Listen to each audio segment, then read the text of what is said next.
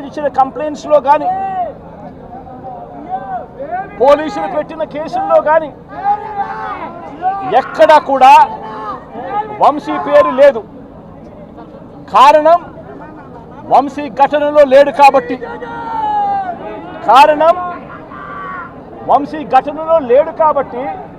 ఘటనా స్థలంలో తాను లేడు కాబట్టి వంశీ పేరు ఎక్కడ ఎవరు కూడా చెప్పలేదు. తెలుగుదేశం పార్టీ ఇచ్చిన కంప్లైంట్స్లో కానీ పోలీసులు పెట్టిన కేసుల్లో కానీ ఫిబ్రవరి 22వ తారీఖున అంటే ఫిబ్రవరి 20వ తారీఖున ఇది జరిగింది. ఇది జరిగిన 2 రోజుల తర్వాత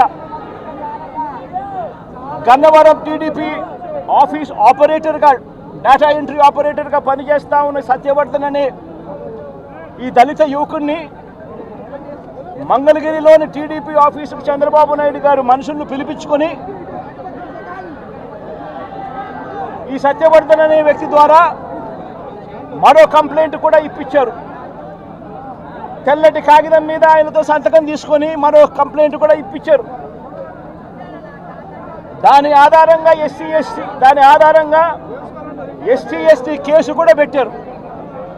కానీ ఆ కేసులో కూడా ఆ సత్యవర్ధన్ ఇచ్చిన ఆ కేసులో కూడా అప్పటికి కూడా వంశీ పేరు ఎక్కడా కూడా లేదు. కారణం వంశీ అక్కడ లేడు కాబట్టి, ఘటనా స్థలంలో లేడు కాబట్టి.